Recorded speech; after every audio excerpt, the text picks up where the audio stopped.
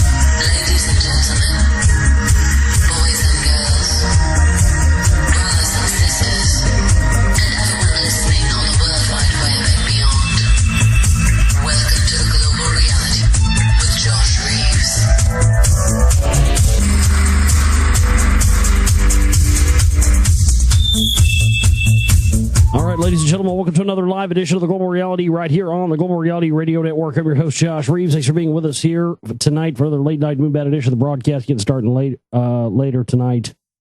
I'm really exhausted. I'm really freaking tired. So I'm going to give you as much as I can give you tonight. I wasn't going to do a show because I'm worn out, and I kept just coming across more shit, and I was like, I have no choice. So I've just kind of been chilling out and relaxing a little bit before starting the show tonight, because I've been out. I was out at Rockwall all day today doing recon and stuff. So it was quite a day, I tell you what. Thanks for being here with us tonight. It is the Monday edition of the broadcast now on Tuesday, 20th into the 21st, 2012 February. Thanks for being with us.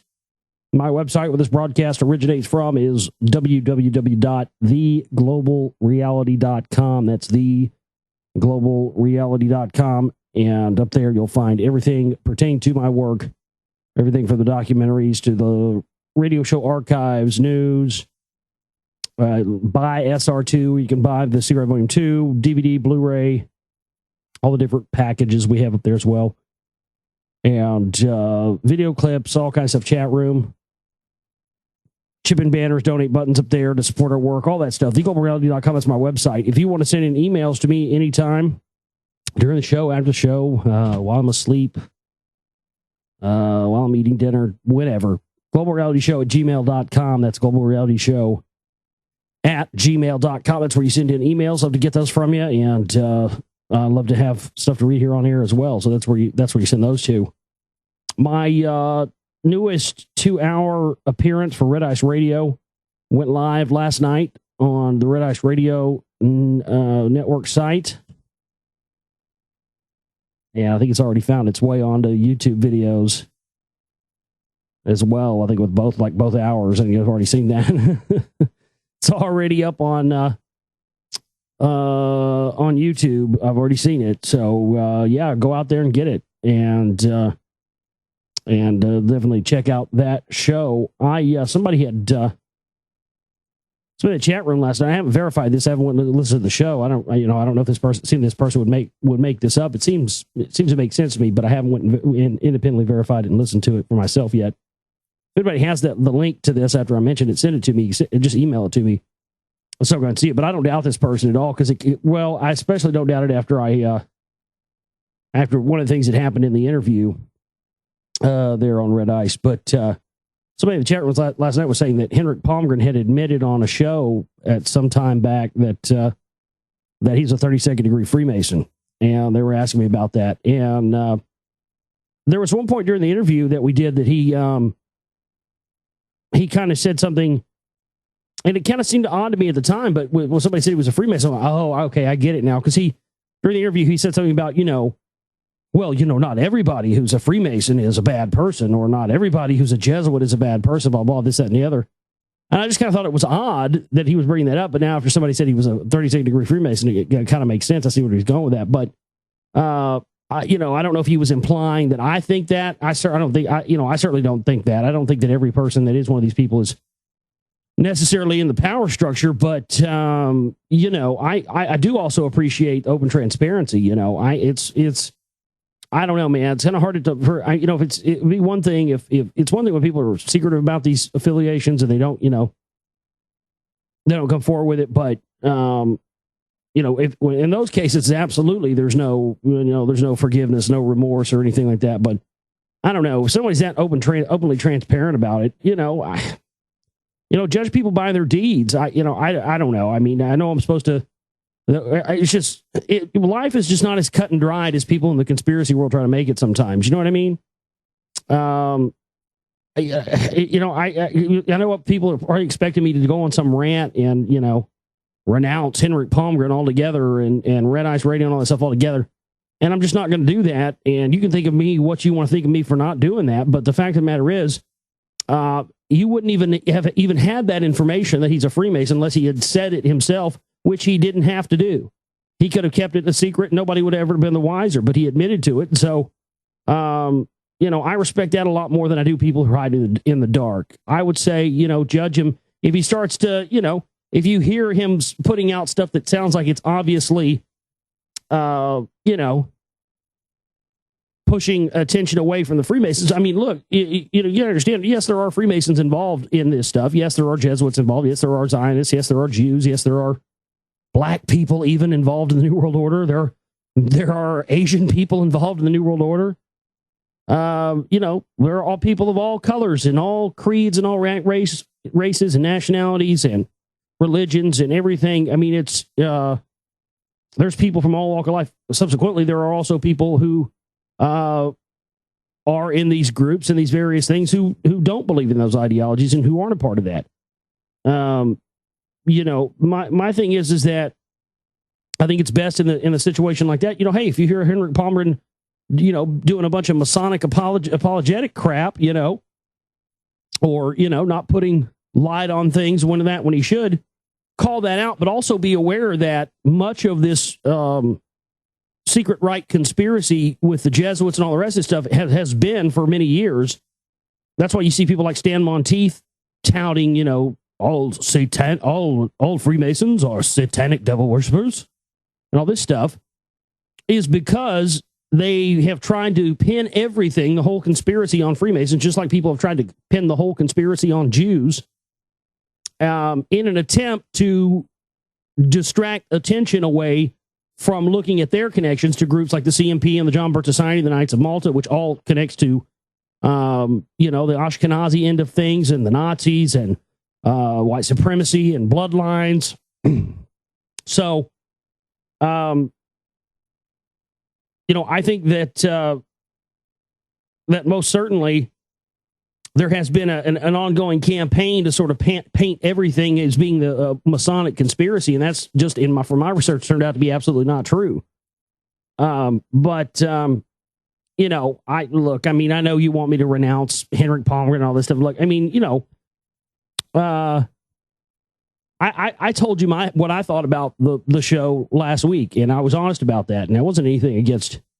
I felt like there were certain key points about the film, specifically pertaining to the Johnny Gosch, Jeff Gannon stuff, and also to Alex Jones specifically in that. I felt like that a lot of that didn't get a lot as much of time to talk about, enough attention paid to it in the interview as I would have liked. But that's not negative on Henrik Palmgren or anything. That's just my opinion.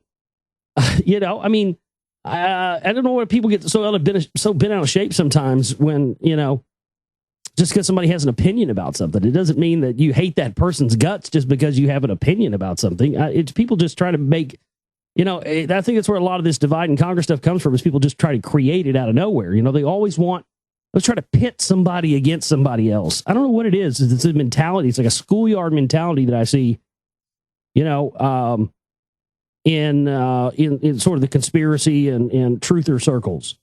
I've had people try to goad me into that stuff years ago on radio shows, and I just never would do it. And they called me a coward and a pussy, and they called me a spook, and they called me everything else because I wouldn't do it. There was these guys that, I don't know, it was some show that was on a few years ago where it was like, the whole show revolved around bringing, researchers on who disagree with each other on information or whatever, and putting them on and letting them fucking, go at each other and I'm just not into that. If you don't have the same viewpoint as me on information, I'm not going to go on air and debate you and argue about this shit. It's pointless. You have your beliefs, you've researched, I have mine, whatever have you. If I just don't see the point in that whole thing. But people always try to create this. They just get off on, it's that program mentality of, red team versus blue team, and, put them in the ring and let them fight. And I've had people try to goad me into doing that, with other researchers. And it's just stupid to me.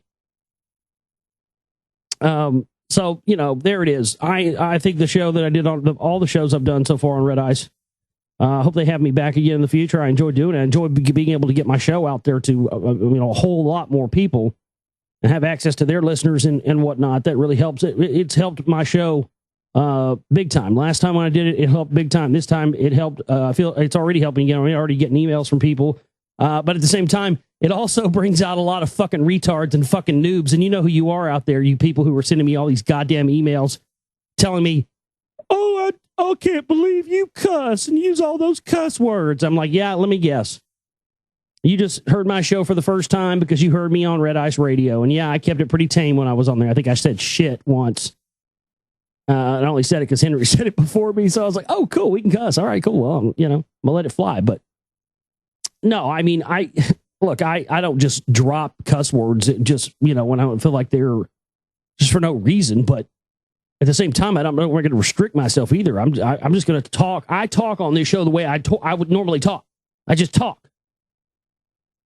But, already getting those old, it's funny. Those of you who listen all the time, this is probably funnier to you than newer listeners. But those of you who've been listening for a long time, a lot of you in the chat room and stuff, you guys remember last time when I went on Red Ice? Remember for a fucking month afterwards, every fucking show I was reading all those just crazy emails. Some of them would be fantastic, some would be really good, but others would just be like, how dare you use cuss words? Yeah, how dare me do what I actually want to do and not what you... I'm not here to take orders from anybody or be told how I'm going to do what I do by somebody. Fuck you. Go do your own thing if you don't like it. You're not going to fucking dictate to me how I do my thing. Eat my ass. Go listen to something else. If you don't like the way I do things, you don't like my show, be rating me. And I mean, this is what gets me about these people. All these people have a problem with this. They address me in these emails as if saying, fuck you, cocksucker, motherfucker. I love how they say cocksucker and motherfucker, and then they channel you for using cuss words yourself.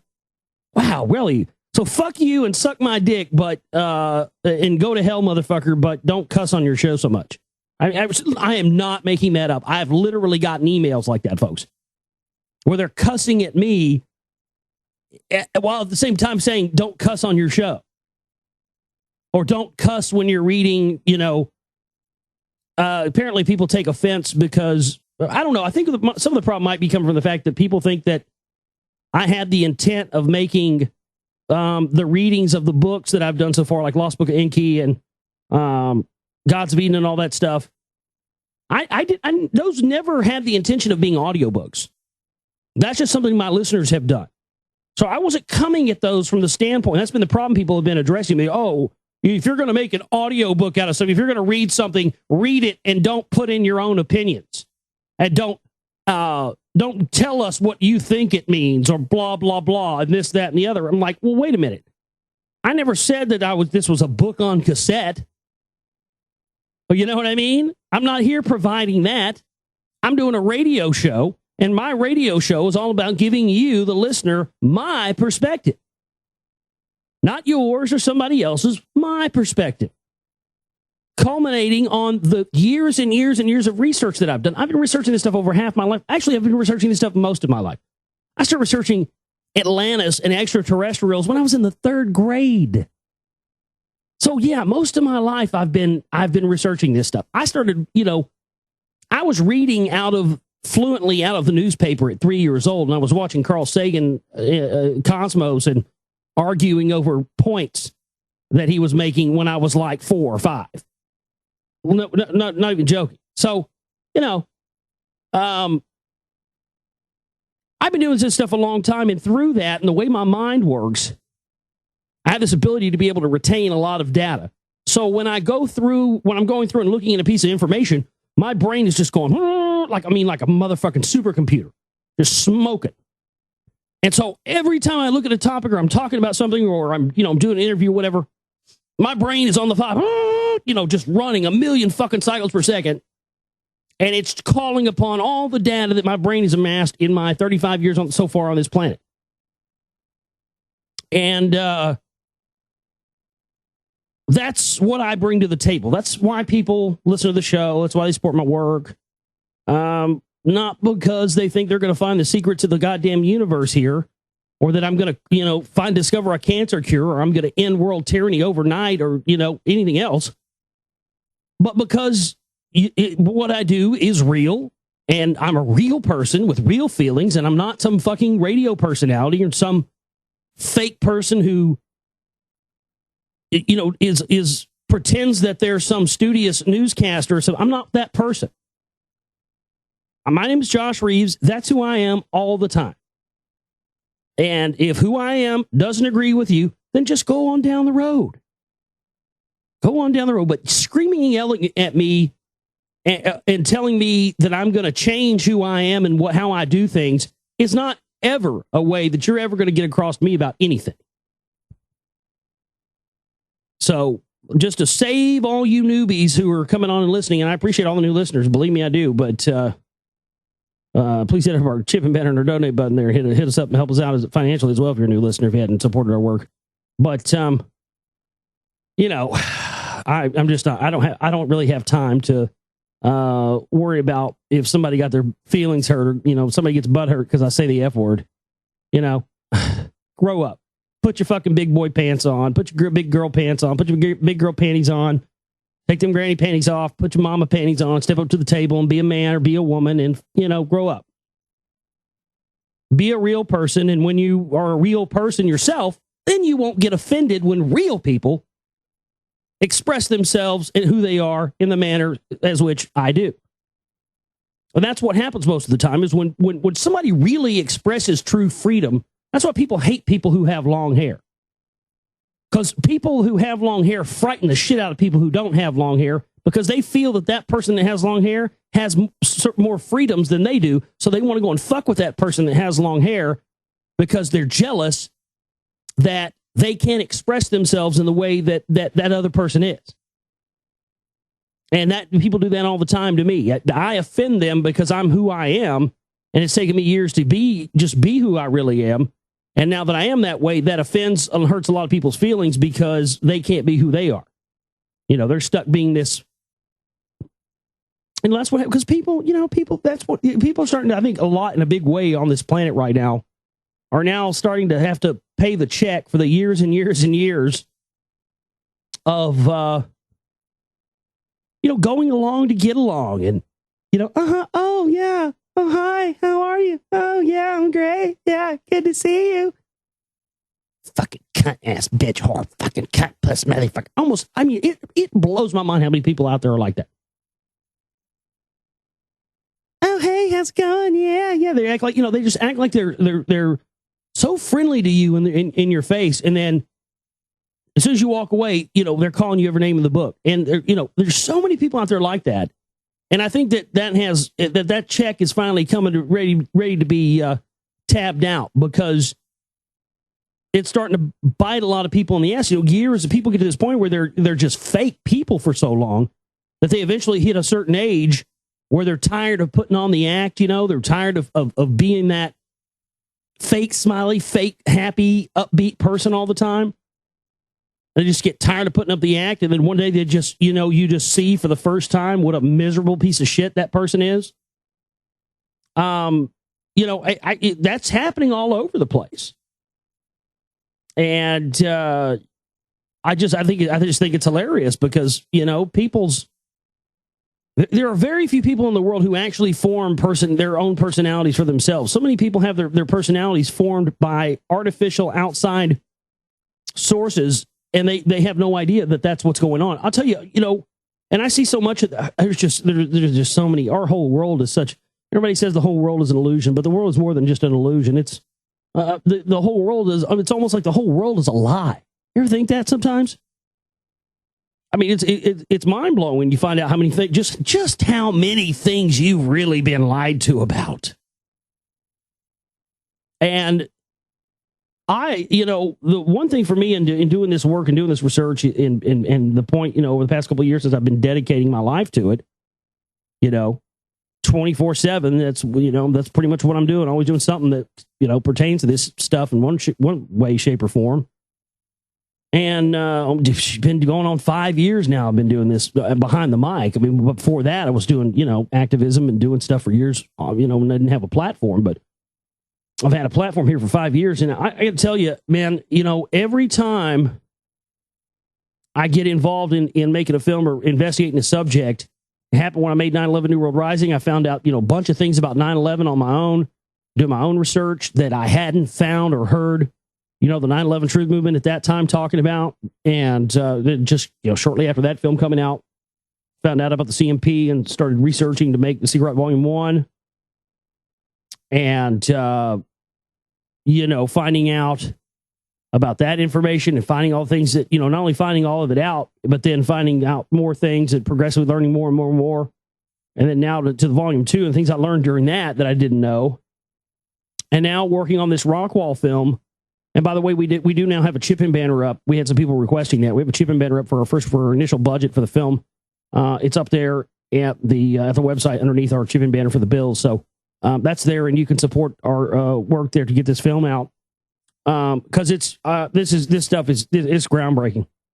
This is history making stuff right here, folks. Because I'm about to turn the scientific community on its head, upside down, sideways, and put my dick in its ass. Because the scientific community at large, completely, the entire scientific community has gone to sleep on this Rockwall issue with intent, and the entire scientific basis can now tell you with 100% certainty, ladies and gentlemen, that the scientific basis, the scientific opinion that the rock wall is a natural formation is based on flawed data. And therefore, it is, from that standpoint, considered to be false and incorrect. Because it is absolutely based on flawed data. Because, as I talked about on Friday, that it was appearing to me that we had several different types of phenomena within the rock wall itself. And that's absolutely true. And it's more true than I thought. Over the weekend, I was working on this all weekend. Then I went out to Rockwall today. And so I'm so tired. Oh, man, I'm just beat. It was really, we went all over. We basically traversed the entire fucking perimeter of this wall in the car today. And, man, here's the thing. And I can say this with all certainty now. All of the formations that we have been shown up to this point, from all the digs that have been done, and this data, I have the map that John Lindsay acquired from NASA that had the ground penetrating radar that shows the thickness of the wall. I've got taken that overlay and overlaid it over Google Earth and started finding the spots in the corners. None of the digs, none of the archaeological digs, not including the one John Lindsay did, and including the one done in the 70s with the city of Rockwall and some of the several other ones that have been done, but all the digs where someone in the scientific community came out and gave their analysis on the wall, and then that became the scientific community's held perception and belief on the wall. None of these digs, ladies and gentlemen, have been done on the wall itself. Not one. All of the digs that have been done up to this point have been done within the perimeter of the wall itself. None of them have been done on the actual wall. But what we've had for decades is the city of Rockwall, the Rockwall Historical Society, the city of Rockwall itself, the citizens believing and then touting and repeating that these rocks in front of the courthouse and the other digs that they've had have been the wall itself, when they absolutely 100%, ladies and gentlemen, positively have not. They have come from structures that have been excavated within the wall. So every scientific analysis that's been done on the rock wall up to this point, of the mainstream scientists that have looked at it, have looked at excavated sites that were not the wall itself. But see, they didn't have access to what we have access now, which is, these NASA images of the entire wall. So what's been going on is people have been excavating, and yes, within the wall structure itself, there are 11, and probably more than that, there are over 11 that we know of that have been identified, but probably more than that, because, the farther you dig, the wall just continues to go and go and go, and there's different sections of it, and it appears that different civilizations through different time periods added additions to this thing over time. Because when you start digging down lower, you start to see changes in the wall where there's different types of things going on. So some of the things that have been found that they say are rocks on the wall are indeed not actually rocks from the wall. There have been no excavations on the actual wall itself done anywhere at any time, at any point that anyone's ever spoken of.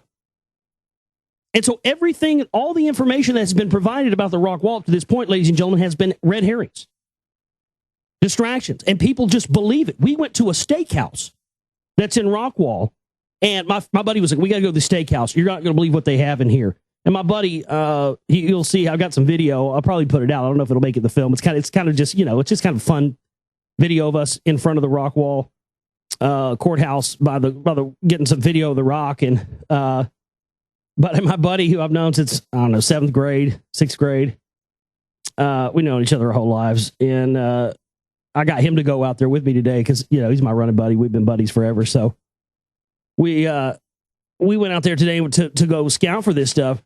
And it's always good to have an extra pair of it was good to really have somebody else to bounce stuff off of and verify this stuff with me. And he said, we got to go to the steakhouse. You're not going to believe what they have in here. And, normally when people say that kind of stuff to me, it never turns out to be what it is. But boy, he was 100% right. He said, they got some pictures in here or some rock wall stuff that's not on the internet anywhere. It's going to blow your mind. And we get in there, and as soon as we walk in the little foyer area going into the restaurant, sure enough, on the left-hand side, when you walk in there, they had all these framed pictures, and I've got photos of it. I'll have them up later for you guys to see. But, oh, my God, I couldn't believe this. This was the whole deal sealer for me on the fact that none of these digs, John Lindsay's digs or anything else, have actually been the wall itself. But now I know that because I have the maps and I have the locations of the other digs and where the other digs have taken place. And none of the other digs that have taken place have actually taken place on the wall itself, folks. Not at all. None. So when the scientific community says that their opinion that the rock wall is man-made, it's being based on things that are within the rock wall itself, some of which are man-made and some of which are natural. There are some natural sandstone dike formations within the wall. In fact, that's what it looks to me that mostly John Lindsay had excavated. And lo and behold, in 1933, there was a report, in the Rockwall Historical Society has this information. There was a report that was done by some university, and guess what? They said exactly what I found in my research. They said that natural formations in the area of Rockwall do not preclude the formation of formations that aren't natural, that are man-made. So in 1933, they determined that there were both natural formations within the area of the rock wall and unnatural man-made. And that's what my research has found. But somewhere along the lines since 1933, they've thrown that out the window, and the scientific community has completely gone to sleep on this issue, and they said that 100% beyond any shadow of a doubt that the rock wall is man-made. But that is data, is flawed data, ladies and gentlemen, because, again, there has not been any scientific analysis or any digging whatsoever on the actual wall itself. And I'm going to tell you, there were places where We tried to go on a couple of places where some of the wall is. Guess what? 2 years ago, no problem. Could have gone in there all day. Now, all over Rockwall and areas where I've identified outcroppings of the wall, fences. And I'm not talking about just regular fences, folks, like those big game fences. You know what I'm talking about? Those big fences like they put on game preserves to keep, fucking antelope and zebra and shit from jumping the fence and getting hit by, the family on the way to the wildlife park in their fucking Volkswagen. Those kind of fences. And everywhere we went from the time we left today, everywhere we went, we were followed by police. There was police everywhere. Every inch, even when we went out to little podunk places, every time we come around a corner, there'd be a cop sitting there right like they were waiting on us. We went in the restaurant. Some weird guy came up in a suit, walked out of nowhere that had Walmart house shoes on. Like right when I was going to take pictures of the stuff that was in the steakhouse, which I'll tell you about in a minute. It was mind-blowing. And so all these places that I tried to go and find, they're all covered up. But we're going to try to find out who owns some of these lots, because a lot of them are just empty lots fenced in. Another place where one of the big rock wall things at, it was like a game preserve for going out and shooting birds. So I'm going to find out how much it costs, because I was looking on this land. This land is chock full of pieces of the rock wall. But it's a bird preserve, I guess, where you go out and, shoot birds. You go bird hunting on like a bird lease thing. And it's right by a road that's cut right through the rock wall. I'm going to find out how much it costs to go out there and do some bird hunting for a day. Hey, seriously. How much you charge to go hunting, bird hunting for a day? All right. Well, we'll take it. We'll take 2 of those. Thank you. How come you boys don't got any guns? Well, we're not going to hunt the kind of birds you're talking about. But, yeah. It's fascinating, folks. The cover-up continues, and absolutely, positively, none of the digs or any of the evidence that's been brought forth about the rock wall to this point, none of it. None of the pictures you'll find online, none of the pictures of the rocks you see online, not the rocks in front of the Rockwall Courthouse, none of it. None of that stuff that has been provided to the public up to this point, ladies and gentlemen, at all, is the actual wall itself. So, again, the question begs to be answered is, why is this red herring being placed in front of us? Why have they gone out of their way to tell us these rocks are the actual wall itself, yet nobody's doing any digging on the actual wall itself? It's there. NASA found it there, and, that's how John Lindsay found out about it. They had to bring an architect in, to look at the building of it. And so inside of this steakhouse, I told the story here many times about John Lindsay's supposedly finding this artifact near Royce City, which is a town north of Rockwall, and them determining that it was Quetzalcoatl and him going to the Mayan elders and all that stuff. I think that may all be bullshit. I've got to do some fact checking and do some information research to find out what's going on. But I've discovered something very contradictory here. John Lindsay claims that he found this artifact near Royce City and that they thought it was a fossil. And he said, no, it's not a fossil. And they took it and had it analyzed and had it x-rayed and determined it was not a fossil, but it was the Mayans said it was a representation of Quetzalcoatl, and they rebuilt a new one. There's a picture inside this steakhouse, a framed black and white picture. I don't know who provided these pictures, because some of these pictures in this steakhouse, folks, weren't even, the Rockwall Historical Society doesn't even have some of these. Some family or somebody must have offered to have these pictures put in there, because I had never seen these pictures. So I took photos of the pictures, and they look really good. So I'll put them up online. But one of them, it was a black and white picture, 8x10. To me, it looked like, just from the way the guy looked and the clothes he had on, and the grain of the photograph, to me, it looked like he was probably taken in the late 50s or early 60s, black and white photograph. And there it is, this old man, a scary-looking man, and he's holding that Quetzalcoatl artifact that John Lindsay supposedly found in Royce City sometime in the past 15 or 20 years. And by the bathroom, they had another picture of that Quetzalcoatl head thing again. And it said that this was found during a dig in the 1940s or something like that. It was found in a ravine 15 feet or 75 feet or something like that away from the wall. Can't remember if it was a 1 or a 7, but it was either 15 feet or 75 feet away from the wall. And here's this picture of this old man. That to me says that this story that John Lindsay said about finding this thing is an absolute lie. And the fact that he claims that his dig was, uncovered parts of the wall when, if that probably is a part of the wall that was built later on or something like that. But it doesn't appear to me to be on the actual part of the actual outcropping of the wall. But either way, man, what we have here is we have some major disinformation going on. It took me and my buddy going out in the field and looking at all this data I've been looking at for the past week and going back and looking at the historical records to determine that, again, when you look at the Landsat images, it's concrete, it's conclusive. All of the outcroppings and everything they have identified up to this point as being the rock wall have not been the rock wall. They have been other structures built later within the rock wall itself. This thing was there, and indigenous people just found it and added onto it and built dwellings within inside of it and outside of it. That's why there's structures all around the outside perimeter of the wall proper itself, all through Rockwall. And I'll tell you another thing. The guy, I was doing some more research on, because I wanted to iterate more on this in the Cigarette Volume 2. And when I got into some of the Rockwall stuff, I also wanted to mention the Kennedy connection stuff to UFOs and extraterrestrials and that kind of thing. And I didn't have time to mention that, but I wanted to mention that because I was making the point that, these same secret right individuals are the people who, had a hand in killing Kennedy and also had a hand in covering up the rock wall. We were in front of the Rockwall Courthouse, old Rockwall Courthouse, and we were looking at the rock wall thing. I'm sitting there videoing, and my buddy goes, "Hey, Josh, you want to go over and get an interview real quick?" He was just joking with me. I didn't even realize it. I looked over and I put my camera over there.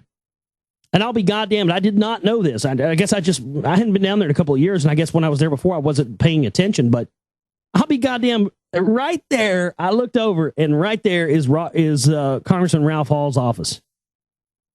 And Congressman Ralph Hall, and I was like, look at this. We were laughing. Like, his office is situated to where if you're looking out the front, it's a big front glass pane door. If you're looking out the front door of Ralph Hall's office, you can see the rock wall representation they have with the stones they took and plastered in front of the courthouse. You can direct line of sight straight to it from his office. And my buddy was like, "You want to go there and get, go there and get an interview?" I'm like, "Shit, man, he's probably got a fucking picture hanging up of me in there in his office." Yeah, I was looking more into the Kennedy thing about, because I had heard some rumors that Kennedy was getting ready to come out about UFOs and extraterrestrials, and that the reason why he was coming to Dallas is he was going to reveal the existence of extraterrestrials based on artifacts and some things that had been found. I don't know what else had been found in Dallas, in Rockwall.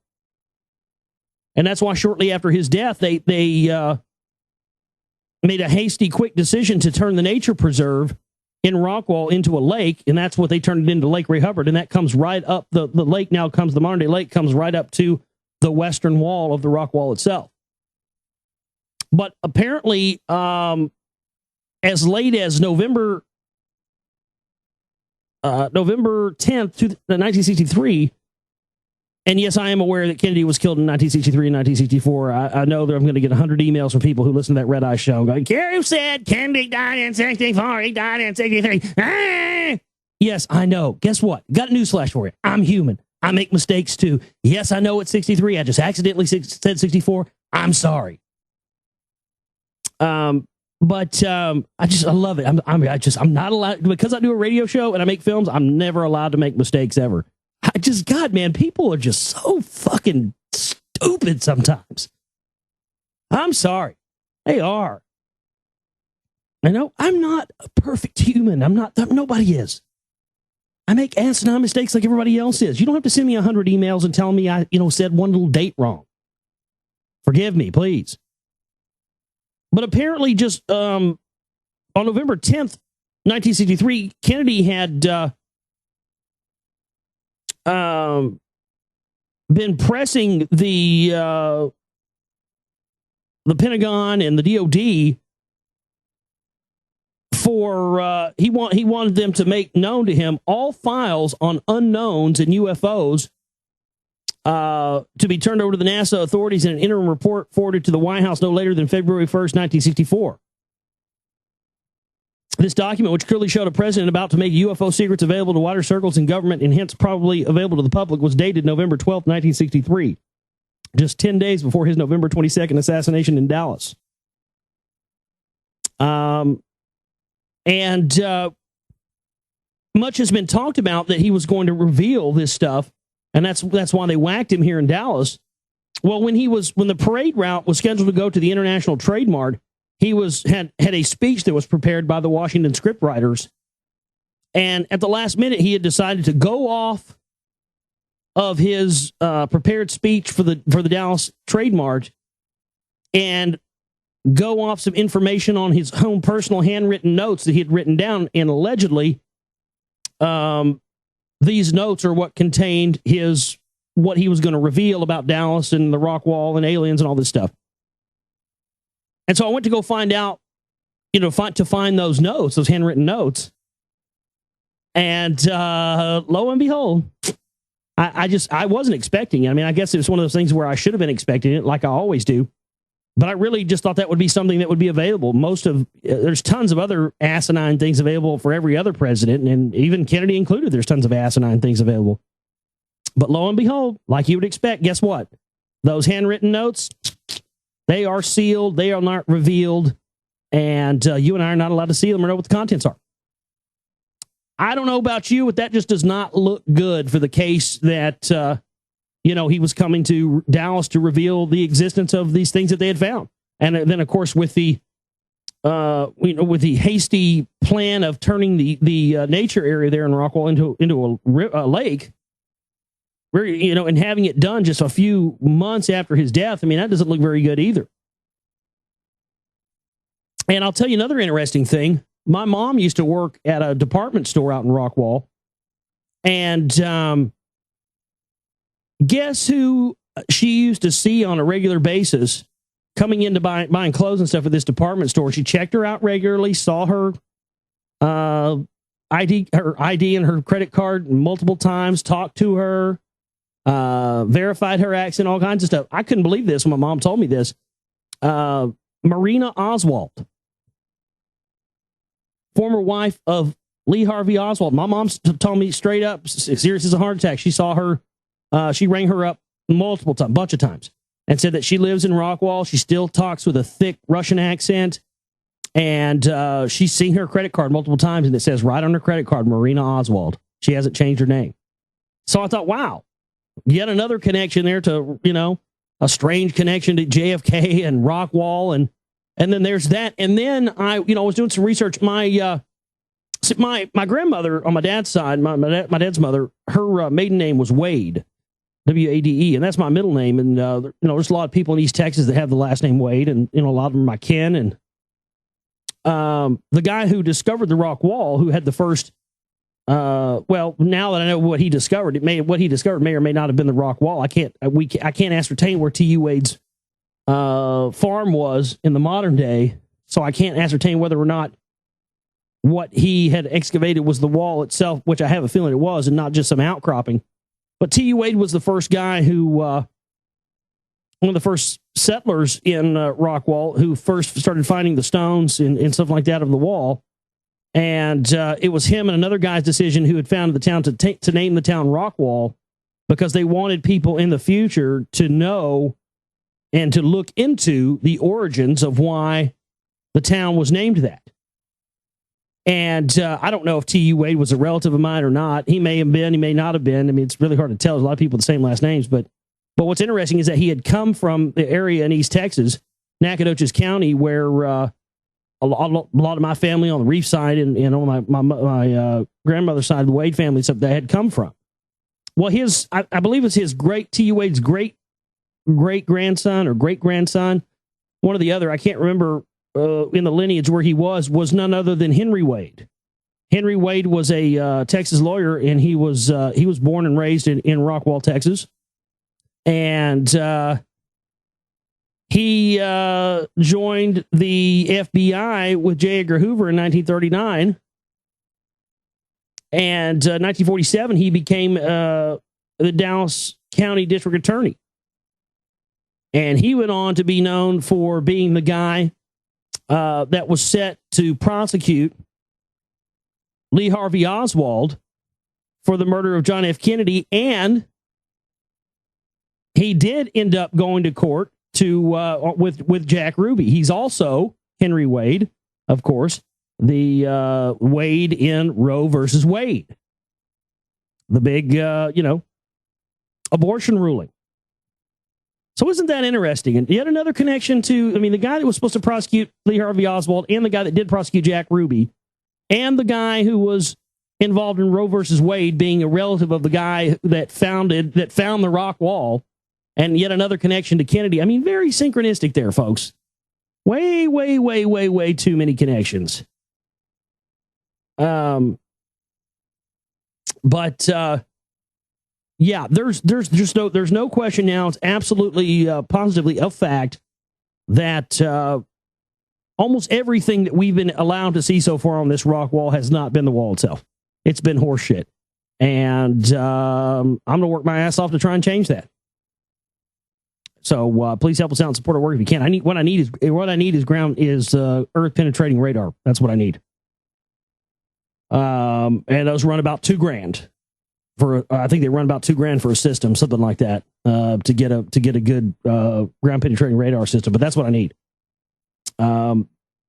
They supposedly had some ground penetrating radar on the first rock wall dig, not the first one, but the one that was done with John Lindsay, I guess, in '98.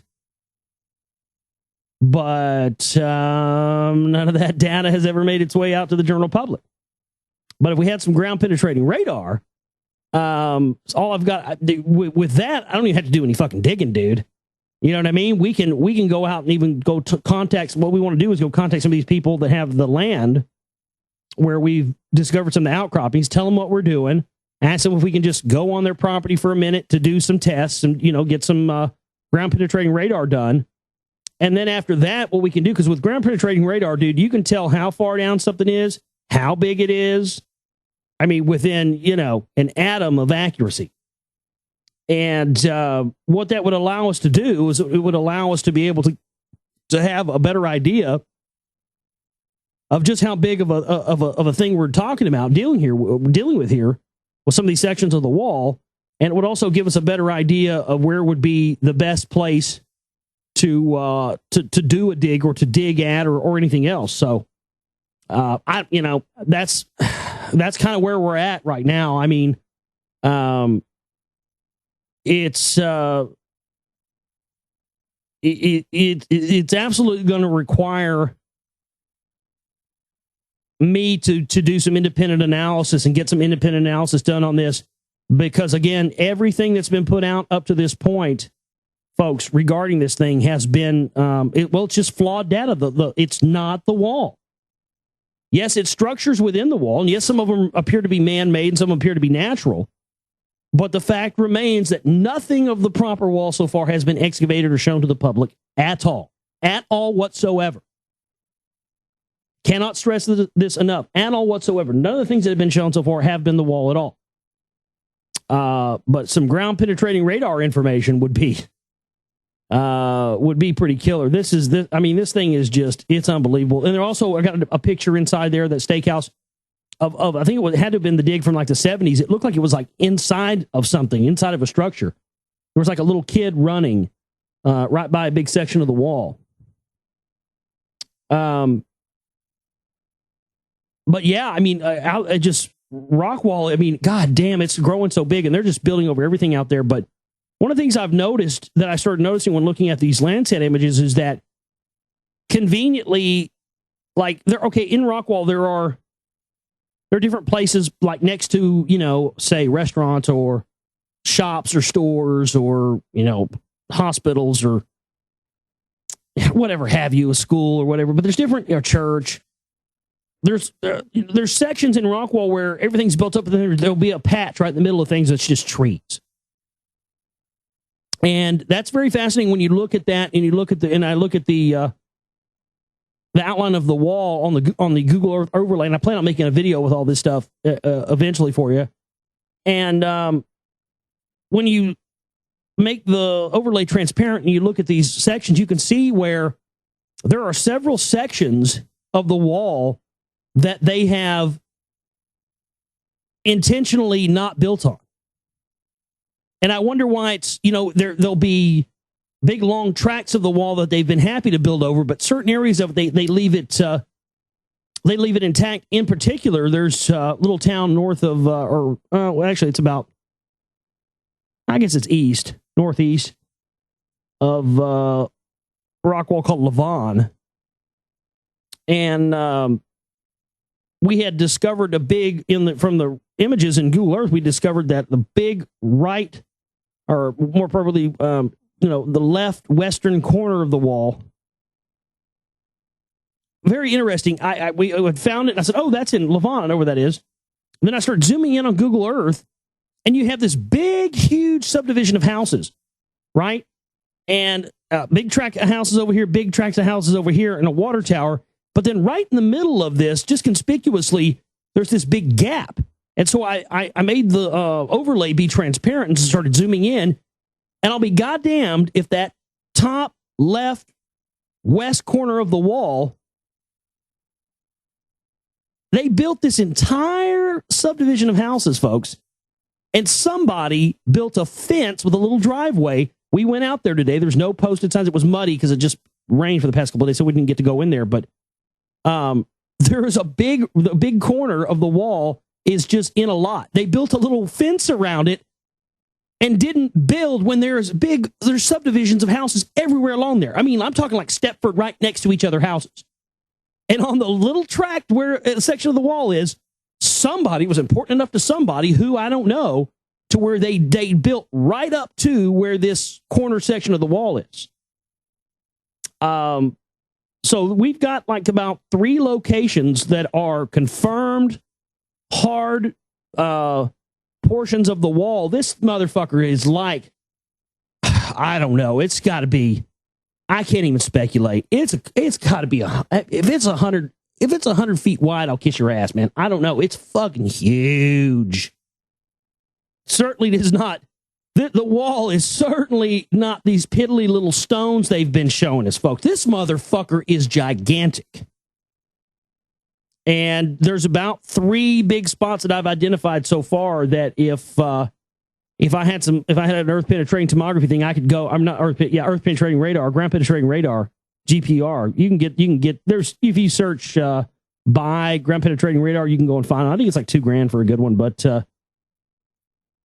there's 3 locations where, with that type of a device, I could go and actually get some analysis on it. We'd have an idea of exactly how deep and thick and wide and everything else that we're dealing with here. And then, of course, digs, it would make doing a dig a lot easier, because some of these locations you could just go right up next to it with a backhoe. I looked into seeing how much it is to rent a backhoe for the day. It's like $200 to rent a backhoe for the day. It's really pretty cheap. But you could go out there, if you had a location, you could go out to a location for a day with a backhoe and just dig on the side of where the wall is, and not on the wall itself. As long as you had GPR, ground penetrating radar data, just dig on that side of it and dig as far down as deep as you wanted to go. And you'd be good to go. And it wouldn't really take a big team of people or anything to do it, but you'd get a better idea of what it is you're looking at and what it is you're dealing with. So, yeah, I'm sorry since so much time talking about this. We'll take a break and get into some more news. I'm kind of just, it's on my head. It's on my brain. I've been dealing with it all day. My mind is just still kind of blown. I didn't think that when I delved into this, I was going to find another, paradigm of lies and a paradigm of deceit. But folks, again, just like the CMP stuff, it fell in my lap yet again. I wasn't looking for that. But just, again, that's why I stress to you and everybody out there the importance of doing your own research, doing your own homework, getting out in the field and getting your hands dirty and going out and investigating this stuff on your own. Because I tell you, folks, no matter how good somebody's info is, there is a good chance that they're not telling you the whole truth about things. And I didn't think that this rock wall stuff would have been that way, and didn't think it was at all. even though I've been confused about certain things for the past couple of years that people have told me about the wall that didn't jive with other things that I already knew. But now it makes total sense why I was confused about things for so long, because none of the things that they have told us of the wall itself has been the actual wall. And, man, that just makes things a lot more interesting, doesn't it? Well, I'm going to take a break, come back, and jam some news with y'all here. So I don't know if we'll do any. Actually, you know what? I'm tired. I'm not going to do any reading from Stitching tonight. We'll pick that up back tomorrow night. But we'll just do some news, maybe a couple of emails, and that'll be it. But stay with us. We got a lot more show for you here tonight. The Global. All right, ladies and gentlemen, thanks for being here with us tonight for another late night Moonbat edition of the broadcast. This is the Global Reality, right here on the Global Reality Radio Network. I'm your host, Josh Reeves. Thanks for being with us here, and we're going to be getting into more news and information in this segment of the broadcast tonight. We got some emails and stuff I want to comment on as well here tonight, so jam-packed rest of the broadcast for you late night. Thanks for staying up with us. Make some coffee, drink some tea, eat some chocolate, do your thing, and get ready for some more, a lot more stuff here for you tonight on the broadcast. So thanks for being with us. TheGlobalReality.com is my website. Up there at the website, you'll find a chipping banner that's there for the bills for the month, and you'll also find one that is there for the budget for the Rock Wall film. So, and man, it's already turning into a doozy. Already just in the beginning stages of this film, I've already uncovered the fact that none of the information we've been told about this thing so far has been in any way, shape, or form accurate. And that's a pretty big thing to have as the basis of your film. Not only has it been covered up, and we know it's been covered up, but the fact that I now have absolute proof that all the things that we've been told and touted as being part of the wall at this point have been not even the wall itself. Even the scientific opinion on it is being based on things that aren't even the wall. These scientists have been told, okay, this is the wall. You excavate it. They come out and look at it. It looks like a sandstone dike. They say that's a natural sandstone formation. Boom, that becomes the accepted thing. But no, my hope is to be able to get some actual scientific analysis done on multiple different sections of the actual proper wall itself. And we have a very good chance here of not just changing the knowledge of the wall, but changing the scientific viewpoint on the wall itself. Because I have absolute hard data to prove beyond any shadow of a doubt that the scientific opinion up to this point is flawed because it's based on a flawed analysis. That's like, it'd be like saying that the sky is red and not blue because you only color, you're colorblind or something. The only color you can see is, you can only see in red or something. And basing that knowledge on that, well, it's flawed because the analysis is flawed. So there's a very real possibility with this that we may be able to actually change the scientific viewpoint and for them to acknowledge that we have, natural formations along with man-made formations and then a whole slew of different formations within the wall itself that were probably built over. I mean, the whole internal part of the wall is an archaeological gold mine, folks, because it depicts and shows that there are multiple different types of people over a great expanse of time who were inhabiting this wall and adding on to it with each successive generation. We see that reflected in the Temple of Man at Luxor in Egypt. The Temple of Man at Luxor was built over thousands of years, over periods of successive dynasties, with each dynasty adding to the Temple of Man the best of whatever their technological proficiency was with stone and whatnot at that time. And so within the Temple of Man, you can actually see stuff that was done during this dynasty, and then how, thousands of years later, this dynasty did this amount of work. And you can most definitely see that in the things that have been excavated within the wall itself, meaning all the excavations that have been done up to this point. You can definitely see that when it gets to the very top of the wall, it's a cement structure. It's like, they even said that in the original dig, that at the very top, it's like a cement structure and has striations in it. And it's funny, as you get down lower and lower in that, you get down to something that looks like sandstone, something that has the mortar in there. So yeah, it appears that people were, somebody, whoever, was not only was the wall there, but somebody was adding on to the wall and building walled structures, additional walled structures built within it. Now, it very well could have been that some of these materials that they were using to form these structures within the wall itself actually came from maybe a quarry or something that had leftover materials from whoever built the proper wall. Because again, the deeper you get, the more that the rocks start to get smaller as the deeper you go. That's just fascinating stuff. Fascinating stuff. But this is huge. This is game changer, and I have big plans to take this to the national level, folks. Big time exposure for this. I've already been in contact with some people, and all I've got to do is get the work done. Get the data, get the information. So, if you can help us out with that, please help us out with our funding and all that at the website, at the chip and banner and the donate button and all that stuff there, folks. All right, let's get into this gigantor stack of news I got here tonight.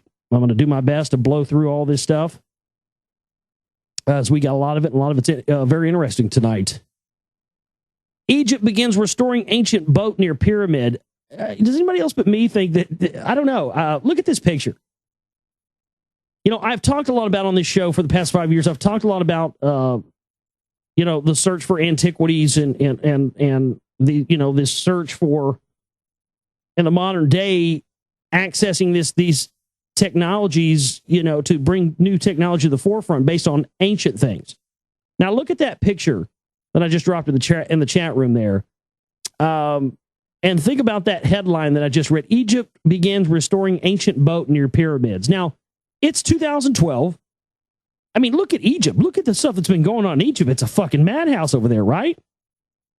But look at this operation. They got guys in clean suits, helmets. That's the kind of shit I need for the rock wall right there, huh? Yeah.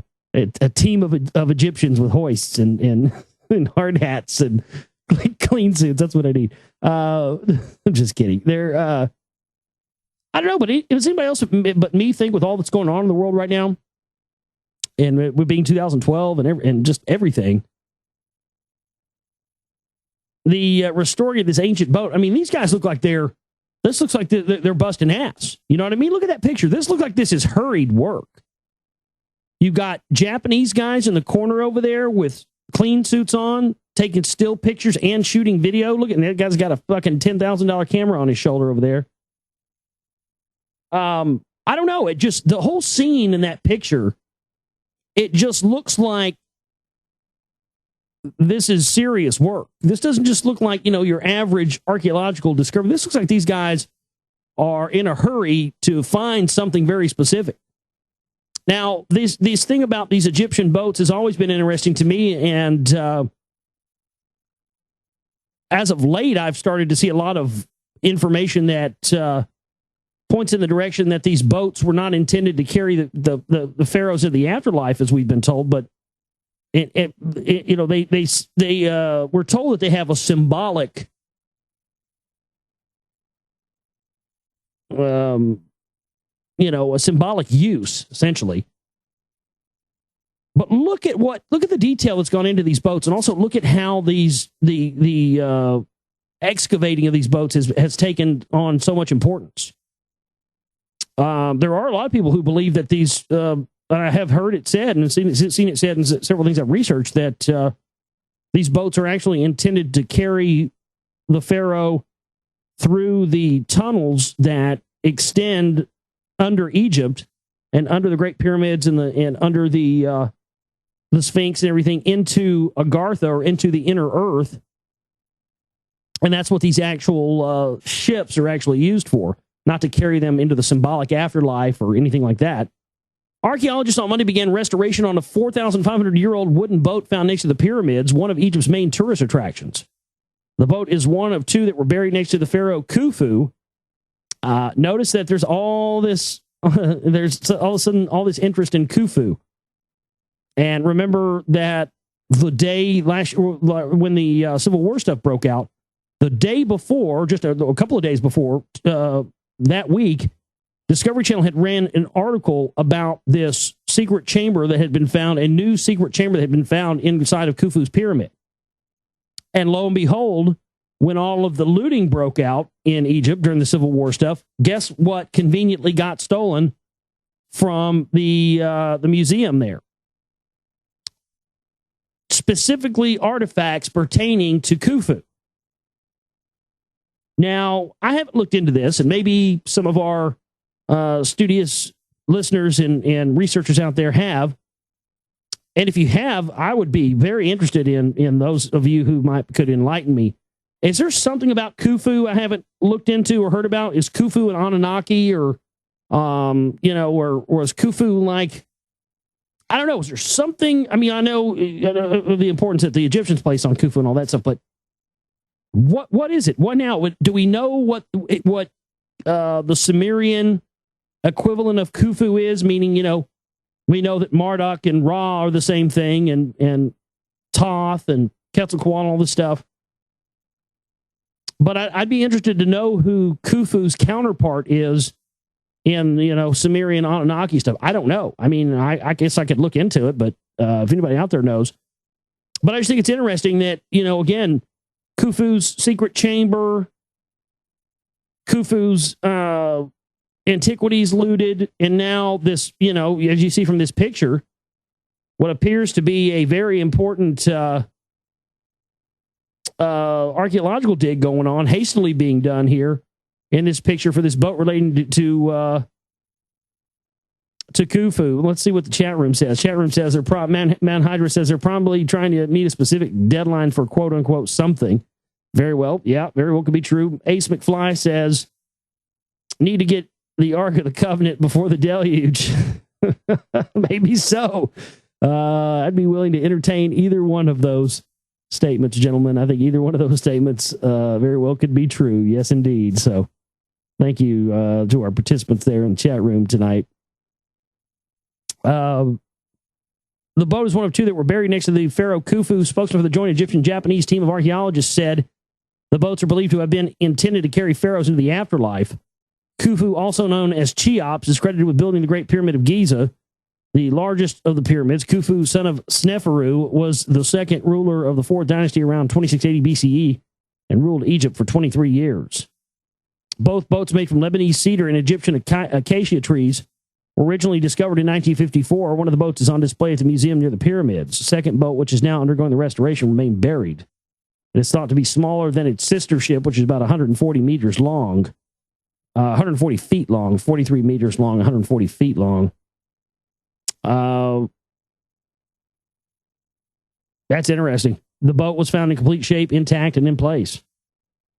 Yeah, it definitely seems that, who knows? I mean, I think that there's a very real chance that I think those things that the guys in the chat room said could be, right on track. I mean, it does appear that they're looking for antiquities and looking for things on some kind of time scale, like they're in a rush. I think it could be, like the stuff about the crystal skulls, that could be it. They could be looking for, trying to locate these things so they can find them before humanity does, so we don't bring them together and live in a utopia. I don't know. From the London Independent, experts fear diseases impossible to treat. Alarming rise in bacteria resistant to antibiotics, government report finds. Britain is facing a massive rise in antibiotic-resistant blood poisoning caused by bacterium E. coli, bringing closer the specter of diseases that are impossible to treat. I've talked about this a lot, and I'm not going to really beat that dead horse anymore, but, I mean, absolutely goes without saying that the rise in the fact that we have these drug-resistant strains has come from the fact that, I believe it comes from the fact that we've been using chemicals. The Ark of the Covenant is allegedly made of acacia wood. Is that correct? I did not know that. I did not. So maybe we've got a Indiana Jones type thing going. You know what? That's an excellent point, DJ. Thanks for bringing that up. I appreciate that. Did not know that. But stuff with the drug resistant stuff, I mean, look, when you treat everything with man-made chemicals, you have to expect at some point that it's going to build resistance to it. I mean, think about that. We know that things build resistance and tolerances to drugs and whatever else eventually. So why would you think viruses and all that would be any different? I think when we stop thinking that we can,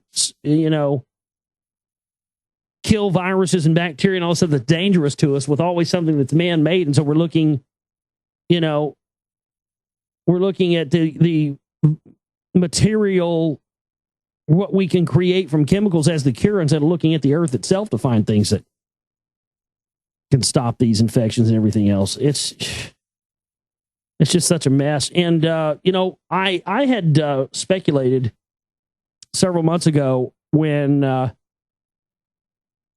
we first started hearing over the past year, a couple of years, the decline of Greece and, Greece basically going the way of the dodo bird and falling off into the shitter, much like the United States is going to do pretty soon. And I had speculated, wondering, I just said several times on the show, with all we know about antiquities lootings and all this stuff, I speculated and wondered if it was possible that they could have been engineering this collapse, this economic collapse of Greece and collapse of the entire country itself, preemptively as an excuse to be able to, have quote unquote looters and thieves looting all these ancient Roman artifacts and stuff like that for info and for information. And lo and behold, here we go. Yet again, thieves loot Greek museum at Olympic birthplace. Armed thieves, and keep in mind, these guys were armed. When they're armed, 9 times out of 10, they are going to look for something specific. Looters don't go in as if it's a robbery. Looters just fucking slash and grab whatever they can carry and run. Guys who were after specific items, who know what they're looking for, much like the special forces who knew what they were looking for when they went into the Iraq National Museum during the invasion of 2003, after we were sold 9/11 as the pretext to do that antiquities grab. These guys knew exactly what they were going for. These were professionals. These were not looters and random thieves who were just tearing Greece apart because it's, dissolving into absolute bedlam. This was a planned, executed operation. Armed thieves looted a museum on Friday in Greece, Olympia's birthplace of the Olympic Games, stealing bronze and pottery artifacts weeks after the country's national gallery was also burgled. Culture Minister Pavlos Gyrillanos offered to resign, but his departure from the cabinet, which was not expected to destabilize the government, which is rushing to clinch an international bailout to ease the country's debt. Police say armed thieves have broken into one of the 2 museums at Olympia in southern Greece, overpowered a female security guard, and stole some 70 bronze pottery objects. They overwhelmed and gagged the woman who guarded the building. The value of the objects stolen has not been estimated yet. Yeah, that's interesting. They can't even put a value on it yet. So they kind of try to make the story out to be, this is just random looters and random thieves. Randomly, thieves and looters don't go in with military precision, taking specific items and leaving other things. And they certainly don't forgo, because a lot of these, what a lot of these museums do, folks, a lot of people don't even fucking know this, but it's a fact. A lot of museums don't even have the actual artifacts and actual pieces in a lot of cases out on display. Yes, they have them on premises, and yes, they'll have them in a vault, and sometimes they'll bring them out for certain special displays, or bring them out when, heads of state or, presidents or whoever come to town, prime ministers, that kind of thing. But a lot of these antiquities, they have decoys, doubles they put out for just that kind of thing. So, but they still put it behind a case and have security on it and stuff, make it look legit. But a lot of times they're just replicas that they create while keeping the real thing in lockdown. And that was indeed the case. Seems to be the case here in Greece. It was absolutely the case in Iraq, because they went right past the decoys. They didn't even pay any attention to them. They went right in, right to the vault, blew the vault, went in, got what they were there for, and left, and said, we're doing this because they hate us for our freedoms. They attacked us on 9/11, so we're going to go steal their museum pieces. That's how you get back at Al-Qaeda, by stealing museum pieces. No, that's how you take over the fucking Jerusalem, the landing pad for the White Brotherhood, before the fucking, dirty kosher motherfuckers get it. That's what they're thinking. That's what they're saying. That's not me saying that. Man, it's just fucking ridiculous. Let's see what else we have here. Somebody sent me this. Everybody's been talking about this. Test tube burgers to be served up this year. Yeah, genetic food. It's beef cooked in a lab in a test tube, created out of stem cells, out of nothing. It didn't actually come from a fucking cow itself. I got news for you, folks. I got a feeling that depending on where you're eating at, depending on where you're going, what establishments and stuff like that, I have a feeling we've been eating this for a long time. A lot of stuff that I eat sometimes, I try not to eat it very often, but sometimes you get some stuff and you're like, man, really, what kind of meat is this? You ever get something like that? You're like, really, this is meat? It's like mystery meat. So yeah, I'm not going to spend a lot of time talking about that. U.S. military nurtures a new weapon, the slime ball. Slime would become the U.S. military's prime weapon to immobilize large ships under a scheme outlined for the U.S. Air Force Air Command and Staff College. Lieutenant Commander Daniel Whitehurst, a student of the college, figured out how to combine a raft of existing technology to produce the officially non-lethal armament he calls the slime ball. He prepared a report in 2009. The slime ball is a two-part weapon system consisting of a floating sticky foam barrier that will resist attempts to remove it, in a submerged gel barrier that will impede movement through a ship channel. The parts can also be used independently of each other. So this basically, they throw this in. This is going to be used to stop pirates and hostile ships and their attacks. Well, yeah, it'll also be used to capture you when you're in a fucking boat trying to escape off whatever country you live in after it fucking dissolves into absolute tyranny and civil war. That's probably what they're going to be using this stuff for. Oh, you thought you were going to get out of the United States in a boat, did you? Oh, no, you're coming back to the fucking slave labor prison camp, motherfucker. We got the slime ball now. Uh-huh. Wasn't counting on that shit. I ain't afraid of no ghost. You got slimed, motherfucker. Oh, man. Boy, this is a question that as a species, one would hope no one would ever have to ask. But I guess we have, degenerated to that point now where this question has to be asked. And this is straight up sci-fi. This is Gattaca. I mean, it's here now. It's 2012. This stuff's not coming anymore. It's here. Time magazine. Listen to this. Listen to this question. Can you believe we're at a level as a species that we would even ask this question? That's kind of like asking the question, if I cut my balls open with a razor blade and poured salt in it, would it hurt? Who asked that question? The same person to me that would ask this question. Can you be fired from your job for your jeans? And by jeans, we don't mean the stuff Levi's or Wrangler makes. We're talking about jeans with a G. The number of complaints about genetic discrimination is on the rise. Really? Genetic discrimination. I don't know about you, but if I felt that someone was initiating genetic discrimination on me, I wouldn't call Time Magazine or crying articles about it. I'd go kick somebody in the fucking teeth and say, how's that for genetic discrimination? In 2010, Pamela Fink, an employee of a Connecticut energy company, made a new kind of discrimination claim. She charged that she had been fired because she carries genes that predispose her to cancer. Oh man, this is unbelievable. So apparently, oh my God, no way. It says here in the little, the little side thing next to this woman's picture that they're talking about here, who got fired because she has genes that predispose her to cancer. It says she tested positive for a breast cancer gene. And then because they told her it would threaten her job, she had a double mastectomy as a preventative measure. What? And they still fired her? You got to be kidding me, right? Just because she had you know what? Just because you have a gene that mean that you are predisposed to a type of cancer, that does not mean that you absolutely are going to get cancer. This is the danger of this genome typing mapping stuff. Folks, they can just tell you that it means whatever they want to tell you it means. And who are you to argue? Are you a geneticist? No, you work at fucking Walmart. So they tell you have a cancer gene. My God, a double mastectomy. Really? When you had your tits, you love that job that much, you cut your tits off for cancer you didn't have?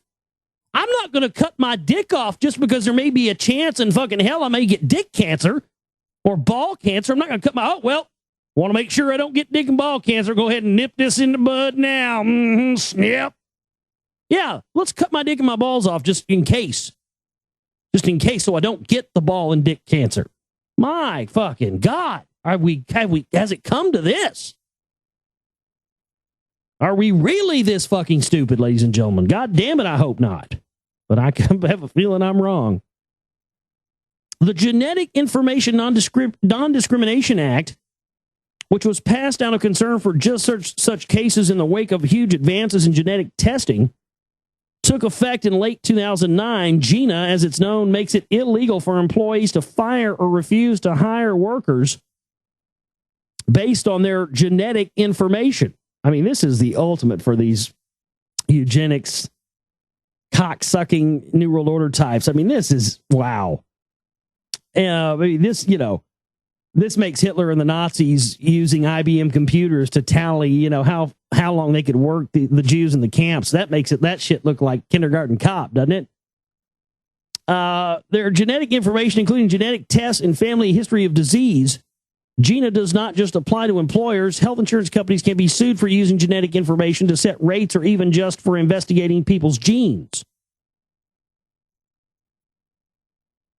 And this goes on and on. Now, I want to get to the point where, I guess it doesn't talk about this woman's case anymore. I guess it just says it right there in the tagline thing. But yeah, she had a double mastectomy as a preventative measure. That's man.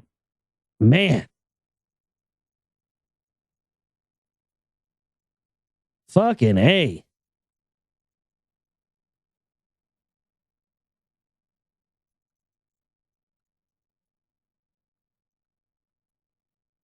Let's see what else we have. While we're on the subject of that, DNA machine that can sequence a human genome in hours. Oxford Nanopore has come up with a DNA sequencing machine the size of a USB memory stick that can decode the building blocks of life within hours rather than days. So, well, there you go. Well, shit. Then if that's the case, we're going to be seeing ourselves a lot of genetic discrimination. My fuck, they can give you they can run it used to take, forever and a fucking day to do this. And now they've got a little USB thing. It plugs into a little USB thing and they can run your whole human genome in a matter of just a few minutes now. So I guess that's what's going to be, because now employers, I mean, this raises the bar for that, doesn't it? So now when you go to an employer, you'll just give them a little blood sample and they'll run it through this human genome and they'll say, you have a gene in here from some ancestor from thousands of years ago that says you may be predisposed to ball cancer. We're not going to be able to hire you because we'd have to pay a higher insurance premium for you to have ball cancer. So we'd just rather not hire you and your ball cancer. We're going to pass on the ball cancer this time. Thanks. Appreciate that. Unbelievable. Scientists make DNA robot to kill cancer cells. Scientists have created a programmable nanorobot made fully of DNA, which can transport molecule and specific instructions to definite body cells. From Press TV here, researchers at Harvard University said they have successfully made a DNA robot which acts as a postal worker, as it is capable of targeting particular cells, such as cancerous cells, and deliver them self-destruction order. I mean, that's how we'll end up getting the nanobots and the robots in a swamp, isn't it? Oh, don't worry. You just put these little robots in you and they go in and they eat the cancer. Yeah. Just like that chemo and that radiation goes in and eats that cancer, huh?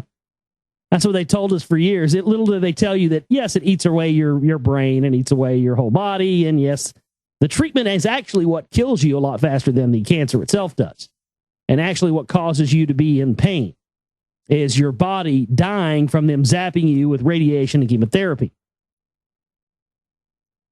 Man. Yeah. Yep.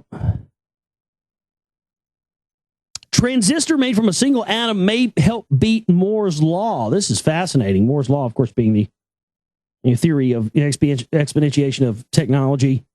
Scientists have taken a first early step towards escaping the limits of a technological principle called Moore's law by creating a working transistor using a single phosphorus atom. So they've created an atomic level, atom level phosphorus transistor now? That's unbelievable. That's alien technology right there. Wow. The atom was etched into a silicon bed with gates to control electrical flow and metallic contacts to apply voltage. Researchers reported in the journal Nature Nanotechnology. That's a fucking oxymoron, isn't it? Nature and nanotechnology. What a mag. Oh, I'm just reading. Yeah, who reads that? Is that like in the office before you go and have a meeting with Bill Gates?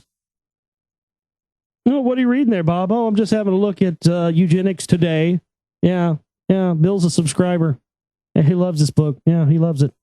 And Nature Nanotechnology. Yeah, nothing I like seeing more when I go out for a drive in the countryside than little robots swing around in my gullet. Yeah, it's fantastic. It's the first such device to be precisely positioned using a repeatable technology and may one day help ease the way toward creation of a so-called quantum computer that would be significantly smaller and faster than existing technology. Quantum computing, I mean, N-word, please. You know what I'm saying? They had quantum computing for a long time. Man, yeah, come on. Really? You really think we hadn't been keeping up with that, huh? That's quaint. A U.S. government program secretly injected people with plutonium. Anybody shocked about that? The horrors of the nuclear age in terms of exploding reactors and nuclear bombs are well known. Behind the well-publicized threat of mass death lies a secret history of nuclear projects being used to destroy individuals. In the late 1940s, United States citizens were injected with plutonium without their knowledge. My God. In early 1945, but yet we scoff at the fact they'd be doing any of this stuff to us right now today, and we scoff at the fact that they could be using HAARP and chemtrails and all this stuff. You know, there were probably people back in the 40s when this was going on who were, trying to warn people and say, they're injecting people with plutonium, and they probably got laughed at and called kooks and everything else. In early 1945, Eb Cade, a worker at the Oak Ridge nuclear facility, got into a car wreck. He survived, but his bed was bedbound with a broken arm and a broken leg. When doctors interviewed him, they ascertained that the 53-year-old African-American man was otherwise perfectly healthy, eating well, drinking well, and had no history of serious illness. So, having obtained a healthy subject, on April 10th, his doctors secretly injected him with 4.7 micrograms of plutonium.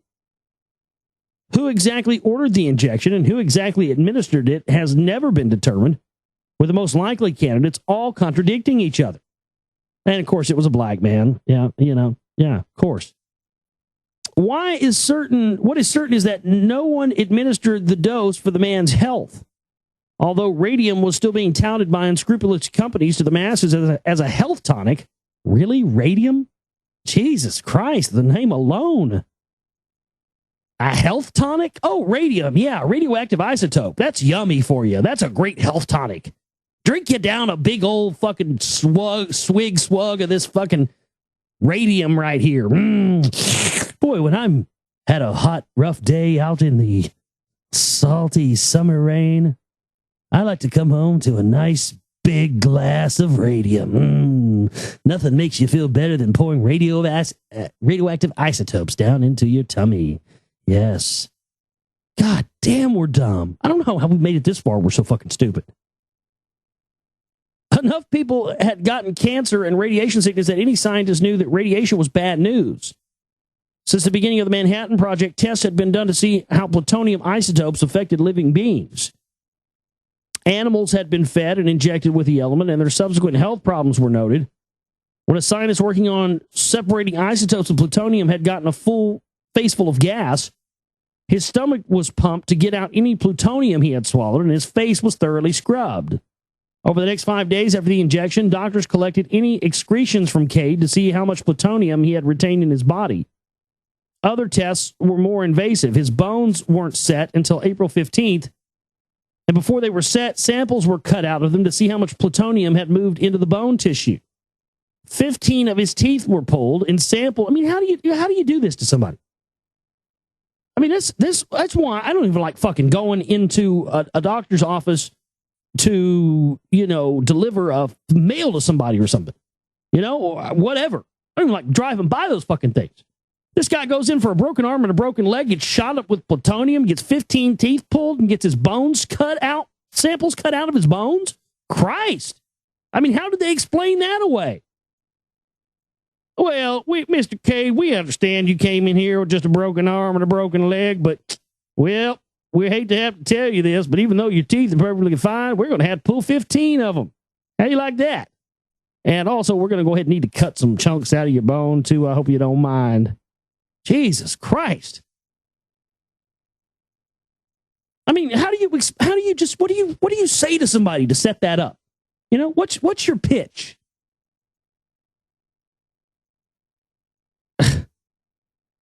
15 of his teeth were pulled and sampled for plutonium as well. Eb Cade was never informed about the reasons for any of this, but he might have had an idea what was happening. According to one account, one morning, a nurse opened his door to find he had fled during the night. He died in 1953 of heart failure. He was the first person to be injected with plutonium in the United States, but not the last.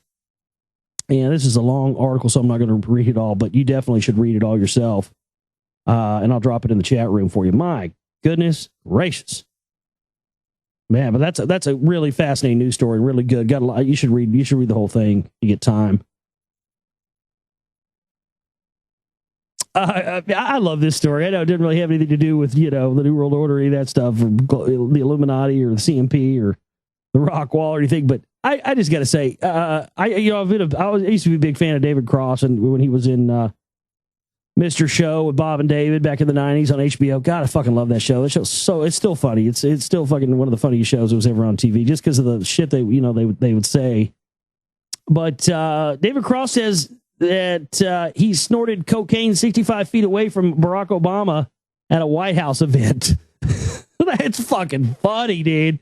I mean, you thought the party crashers were I mean, this guy's doing fucking blow, right? I mean, why not? They're probably, fucking Obama probably brought this shit to the party. The comedian David Cross claims he snorted cocaine at a White House event just feet away from President Barack Obama just so he could say he did it. Well, why else would you do it? I mean, what other reason is there to do it? Well, I mean, if you're going to snort cocaine right by Barack Obama, there'd be no other reason to do it than to say you did it. The 47-year-old funny man, best known for playing Tobias Funky in Arrested Development, claims he was attending the White House. I never watched that show. It never looked worth a fuck to me. Anybody else watch Arrested Development before? I've heard it's just like the funniest show ever, but it always looks stupid to me, so I never watched it. But Cross is in it, so maybe it's funny. I don't know.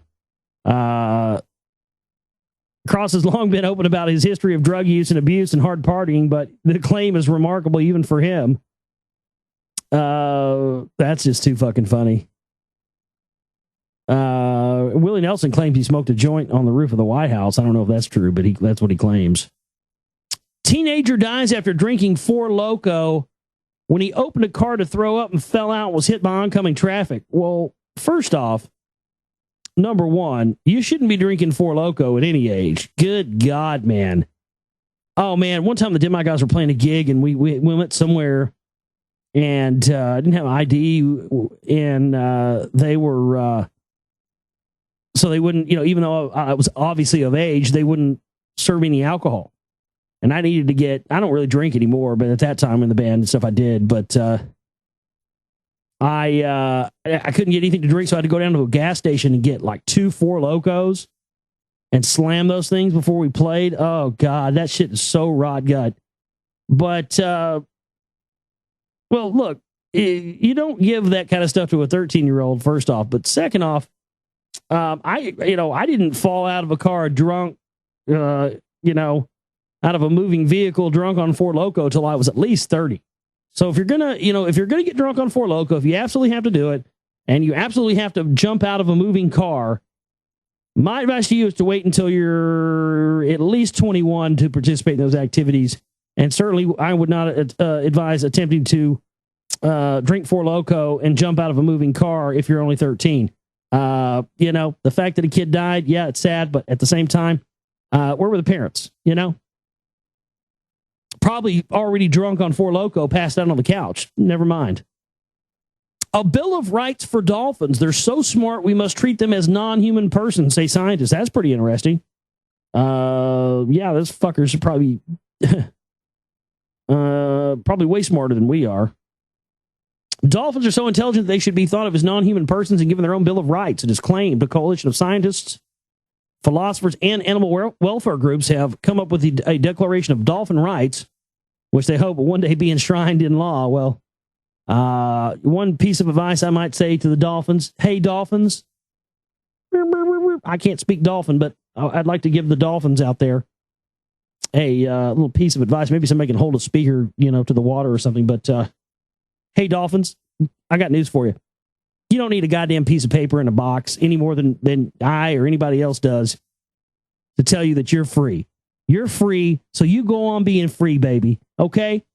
Don't let anybody dictate to you what your rights and everything else are. You decide for yourself what your rights are. You always have, and you certainly don't need a fucking human to declare that for you. How about that? And I would say the same thing to a person. Is the U.S. losing faith in its own dollar? Oh, wow. Yeah. Wow. What a deep question that is. Oh, man, I hadn't thought about that at all over the past 10 years. I love this shit. These guys act like they planted the fucking flag at Plymouth Rock or something with some of these questions. They come up with these articles.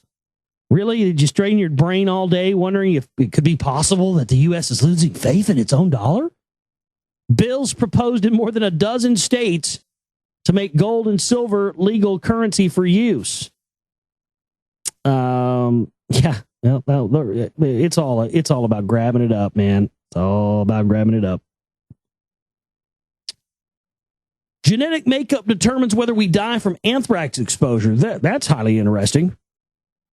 But of course, when you look at, come on. They weaponized anthrax a long time ago. This what they're talking about here is a weaponized version of that. That's race specific and bloodline specific. I mean, it's everybody has different physiology, but they've weaponized it now so certain people with certain physiology die from exposure to it, and they're just trying to tout it as if it's just something natural that's happened on its own. Yeah, we haven't tinkered or been weaponizing anthrax for decades. No, not at all. Some people have a natural genetic resistance to anthrax, according to scientists. Research into anthrax. Isn't anthrax made, which one of it's ricin that's made? Never mind, it's ricin. It's made from castor beans. Research into anthrax found susceptibility to the deadly disease caused by the bacterium Bacillus anthracis varied from person to person, revealing that susceptibility to the toxin is a heritable genetic trait. Yeah, I bet if you're Rh negative, you don't feel any effects from it.